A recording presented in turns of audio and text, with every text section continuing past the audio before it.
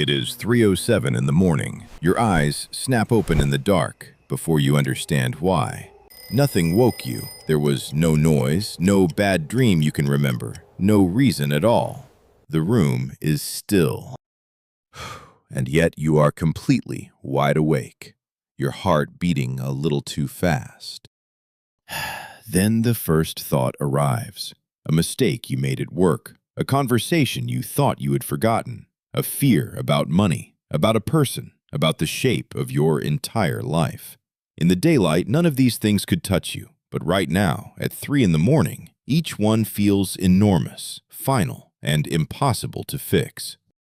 If this happens to you again and again, the time itself can start to feel personal. 3 in the morning stops looking like a number and starts looking like a message. You wonder if your body is warning you, if your stress is worse than you admit, if some hidden part of your mind waits until the world is quiet to finally speak, and you have probably decided that something is wrong with you, that you have insomnia, that your nervous system is broken. But here is the strange truth. The people who wake at 3 in the morning are not broken, and they do not all share one hidden flaw. Their brains are running an ancient, precise, and deeply human program. And once you understand what that program is actually doing, the fear that comes with it starts to lose its grip. Welcome back to Layered Psychology. Today we are going to decode the psychology of the people who wake up at 3 a.m., why it happens with such eerie precision, and what that silent hour is quietly trying to tell you about yourself. Let us begin with the part that feels almost supernatural, the timing. Why 3? Why not a random hour every night? To answer that, you have to stop imagining sleep as one long, flat state. It is a cycle. Across the night, your brain rides through wave after wave, each one lasting roughly 90 minutes, moving from light sleep down into deep sleep and back up toward the surface. The first half of the night holds most of your deep, heavy repair. But as the hours pass, the balance shifts. The deep stages shrink. The lighter, dream-heavy stages grow longer and closer to waking. So by the time the clock reaches the small hours, you are spending far more of your night skimming just beneath the surface of consciousness, where the smallest thing can pull you awake. A change in temperature, a full bladder, a shift in your breathing, the movement of someone beside you.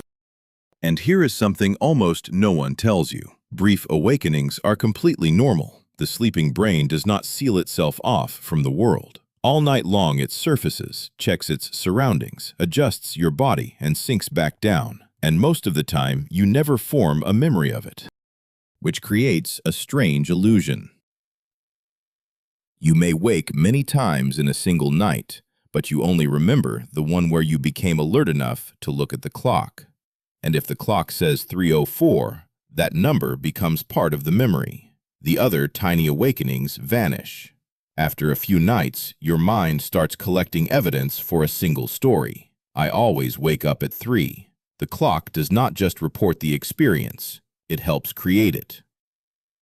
Because once you expect to wake at a certain time, noticing that time becomes emotionally loaded, and that expectation quietly makes the next awakening easier to catch and harder to forget. There is a second layer underneath this, and it is chemical. Your body runs on a clock just as strict as your sleep. In the deepest part of the night, your cortisol, the body's main stress and alertness hormone, sits near its lowest point, and in the hours before dawn, it slowly begins to climb, preparing you to wake and meet the day. Now, you may have heard that waking at 3 means your cortisol is suddenly spiking. That explanation is too simple. Cortisol follows a daily rhythm. The timing is different for everyone, and one early morning awakening is not a hormone diagnosis. But the general shape is real. You are already floating in the lightest part of your sleep, and the chemistry of alertness is already on its way up. You do not need a nightmare. You do not need a noise. Sometimes the conditions themselves are enough to lift you out of sleep and drop you, eyes open, into the dark. For some people, there is one more piece, and it lives in the body rather than the mind. Through the long fast of the night, blood sugar drifts down, and in certain people, a dip can trigger a small release of adrenaline to push it back up. Adrenaline is not a chemical that lets you sleep. It is a chemical that says, "Wake up, now." Pay attention. So on some nights, you are not woken by a thought at all, but by your own quiet alarm going off in the dark. And only afterward does the mind rush in to explain the feeling with a reason. You did not wake up because you were anxious. Sometimes you became anxious because you woke up, and your half-lit brain went looking for a threat to match the racing in your chest. But all of this only explains why the door to waking opens. It does not explain what walks through it, or why it hurts so much. Because waking at 3 is one thing, the wave of dread that arrives with it is something else entirely. When you surface at 3 a.m., you are not returning to the same mind you used during the day. The prefrontal cortex, the front of your brain responsible for logic, perspective, and calm judgment, is still half asleep, slow and dim and offline. But the deeper, older emotional centers, the ones that handle fear, are wide awake and running without a supervisor. So you land in a very specific and very cruel state. The part of your mind that generates fear is fully powered. The part that is supposed to talk you down is not in the room yet. That is why the thoughts that visit you at 3 in the morning feel so uniquely catastrophic. It is not that your problems are bigger at night. It is that your ability to hold them, to size them correctly, to say, "This can wait until morning," has temporarily gone dark, and there is nothing to distract you. During the day, a worried thought appears and is instantly buried under 100 others. A message, a task, a person walking by. At 3 a.m., there is no traffic of daily life to bury it. There is only you, the dark, and the single loudest fear you own, echoing in an empty room. Your mind is not lying to you on purpose. It is simply doing threat detection with half its equipment missing. Remember that the next time it happens. The 3 a.m. mind is not a wise voice telling you the truth about your life. It is a frightened voice speaking without the adult in the room. So watching this now, in the calm and the daylight, let me ask you something, because your answer matters more than the clock ever could. When you wake in that silent hour, what does your mind do in the first 10 seconds? Does it reach for a problem to solve, replay a memory, notice a feeling, or panic about not sleeping? Tell me in the comments, not just what time you wake, but what your mind reaches for first. That single detail often reveals more about you than the hour does, and you may be surprised how many strangers are lying awake carrying the exact same one. And then stay with me, because what comes next changes how you see this entire experience. Because here is where the story turns. For most of modern history, we have treated waking in the middle of the night as a medical problem, a glitch to be corrected. But if you look back far enough, you find something astonishing. For thousands of years, waking in the middle of the night was not a symptom. It was normal. It was expected. The historian Roger Ekirch spent years digging through old diaries, court records, and works of literature, and he uncovered a pattern that had been quietly forgotten. Before artificial light flooded our world, people did not sleep in one solid block. They slept in two. They went to bed not long after dark and fell into what they called their first sleep. Then, in the deep middle of the night, they woke, on purpose, and stayed awake for an hour or more. They used it to pray, to think, to talk quietly with the person beside them, to sit with their own thoughts in the stillness. And then, when they were ready, they returned to their second sleep until morning. Think about what this means for you. That jolt of wakefulness at 3 a.m. that you have been treating as a disease may be nothing more than an echo of that ancient rhythm, a door your ancestors walked through every single night without fear. For them, this hour was not proof that something was wrong. It was simply a quieter room in the house of the night. And humans have always felt the strange weight of that hour. Many cultures even had a name for it, the hour of the wolf. The stretch before dawn when the sleepless lie most alone with their fears. The point is not that the hour is magic. The point is that the distress rarely comes from the waking itself. It comes from the gap between the night you are having and the night you believe a healthy person is supposed to have. If you expect unbroken sleep, every awakening feels like failure, and the moment it feels like failure, you investigate it. And the investigating makes you more awake. The hour did not change. The story we tell about it did. But this raises the real question, the one underneath all the biology and history. If waking at 3 is so common, so built into the body, then why do some people barely notice it, roll over, and fall back asleep, while others are pinned to the mattress, hearts pounding, night after night? The clock is the same for everyone, so why does it hit certain people so much harder? This is where we move from the body to the psychology, from what happens to who it happens to. Because the truth is, waking at 3 does not reveal one type of person, it reveals whatever part of you is most sensitive, and it hands that part a microphone in a silent room. For some, that part is control.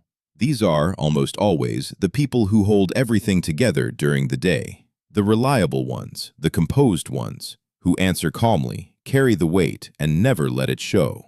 They survive by planning, by anticipating, by staying prepared, and their mind has quietly learned that safety comes from being ready. But sleep asks for the exact opposite. It asks the brain to stop supervising the world without any proof that everything is handled. And at night, that mind can no longer manufacture its usual safety. It cannot check what tomorrow will bring. It cannot make a call. It cannot fix the morning by rehearsing it for the 50th time. So it substitutes thought for action. It reviews tomorrow, replays yesterday, and turns a 2-second awakening into a business meeting nobody scheduled. This is why nighttime worry feels productive even when it produces nothing. Thinking creates the sensation of doing, but sleep is one of the few things that gets harder the moment you try to force it. For others, the first thing to arrive is not a task. It is an emotion they avoided all day. These are often people who are wonderful at postponing their own feelings. All day, activity works like an anesthetic. It does not remove the feeling. It just keeps it from becoming the loudest thing in the room. And night removes that protection. Picture the kind of person this describes. All day, she is the one everyone leans on. She answers the hard messages first. She listens to a friend fall apart over the phone and says all the right things. And when the call ends, she simply moves to the next task because there is no time to feel her own reaction to any of it. She goes to bed genuinely believing she is fine, and then at 3 a.m. she is awake, staring at the ceiling, ambushed by a wave of sadness she cannot even trace to a cause. She did not fall apart at night because she is weak. She fell apart at night because it was the first moment all day she was finally allowed to. And for others still, the body wakes before the mind does. They open their eyes with a racing heart and tight muscles and a sense of danger. And only afterward does the mind go searching for a reason. This can happen when the nervous system has become highly practiced at scanning for threat. It does not automatically mean trauma. Stress, caregiving, conflict, and a long run of bad nights can all teach the body to stay on guard. But if safety once depended on staying alert, then fully letting go may not feel neutral. Some part of them keeps watch even in sleep, and slips right through that light early morning stage to yank them awake. And here is the cruelest turn of all, the one that ties every profile together, because it is the way the problem feeds itself. The awakening may last only seconds. What keeps it going is the interpretation. Why am I awake again? What is wrong with me? What if I cannot function tomorrow? Those questions feel reasonable, but they tell the brain that being awake is a threat that demands more attention. So you check the clock, you count the sleep you have lost, you try harder to sleep, and the frustration makes you more alert, and the next night you go to bed already braced for the same fight. This is learned arousal, and sleep scientists have shown it again and again. The original cause, a stressful week, a noise, an illness, may be long gone, but the fear of the awakening lives on after it. This is why willpower is useless here. You cannot force your way into sleep any more than you can relax by clenching every muscle in your body. The trying is the problem, and that single fact is the doorway out, because it means the solution was never to fight harder. It was to stop fighting at all. And that reframe changes everything, because it changes what this hour actually is. We have been treating 3 a.m. as an enemy, an intruder to defeat and drive out. But what if it is not an attack? What if it is an invitation? The thoughts that surface at that hour are not random. They are the exact things your daytime self is working hardest to avoid. The fear you will not name, the decision you keep postponing, the grief you have not let yourself feel. In the noise of the day, you can outrun all of it. At 3 in the morning, in the one still room in the entire 24 hours, you cannot. Your mind is not trying to torture you. It is trying, clumsily and at the worst possible time, to hand you the thing you most need to look at. So the goal was never to stop waking at 3 a.m. The goal is to change what you do when you get there, and you have more power over that than you think. Start by refusing to turn the clock into a verdict. If you can, stop checking the exact time. Knowing it is somewhere in the middle of the night is enough. The math, 3 hours left, now 2 hours and 50 minutes, now tomorrow is ruined, does not create rest. It creates a countdown. Next, keep your hand away from your phone. That glowing screen tells your brain that morning has arrived, and it feeds your already frightened mind an endless stream of new things to fear. You are trying to let the fire die down, and the phone is a bucket of fuel. Then, if you are clearly awake and getting frustrated, do not lie there battling the mattress. One of the core principles of cognitive behavioral therapy for insomnia is to keep the bed connected to sleep instead of struggle, which can mean getting up for a few minutes of something quiet in dim light and coming back when sleepiness returns. The goal is not to reward being awake, it is to end the fight. And give the unfinished thinking somewhere to go. If it is a task, name it, write it down, decide the next small action, even if it has to wait for morning. The mind often repeats a thought only because it is afraid the thought will be lost, and a written note tells it the information is safe. If it is a feeling, the question is different. Instead of, how do I stop thinking about this? Ask, what did I stay too busy to feel today? You do not have to solve your life at 3 in the morning. You are not supposed to. Whatever it is, you can look at it, acknowledge it, and say the single most powerful sentence available to you in that moment. Not now. I see you, but not now. And then you let the body drift back down toward the second sleep your ancestors trusted for thousands of years. One honest note before we go further, because it matters. Waking briefly is not the same as insomnia, and most restless nights are nothing to fear. But if trouble staying asleep happens night after night for months, if it wrecks your days, or if it comes with loud snoring, gasping, morning headaches, or crushing daytime sleepiness, that is worth taking to a doctor, because a real, treatable sleep problem can hide underneath it. Understanding the psychology of the hour does not replace that. It just makes sure you are not turning an ordinary night into a nightly emergency. Because in the end, the people who wake at 3 a.m. are not cursed, and they are not broken. They are often people whose minds became brilliant at staying ready, ready to solve, ready to care, ready to protect. The skill served them well, right up until it followed them into a place where readiness was no longer useful. And what that hour asks for is the one thing their waking life rarely allows: unfinishedness. The email can stay unanswered. The relationship can stay uncertain. Tomorrow can stay unplanned for a few more hours. The body can become unavailable to the world without proving that the world will fall apart. So once you stop fighting the silence and learn to meet it instead, something quietly changes. The dread loosens, the hour softens, and the thing that used to feel like the loneliest moment of your night slowly becomes the most honest conversation you ever have with yourself. So the next time your eyes open in the dark and the clock reads 3, do not panic and do not reach for your phone. Just notice what your mind hands you first, because that is the thread worth following. But there is one more layer to this that we did not touch tonight, and it may be the most important of all, because waking at 3 is only half the story. The other half is why, even after you fall back asleep, the same mind starts replaying old conversations, rehearsing arguments, and building entire imaginary futures the moment the lights go out. That is a different program running in the dark. And in the next video, We are going to decode exactly what your brain is doing when it will not stop talking at night. So come back for that one. For now, remember this. The time you wake up is only a number. What your mind does next is the real psychology. I'm Layered Psychology. Sleep well, and I will see you in the next journey into psychology.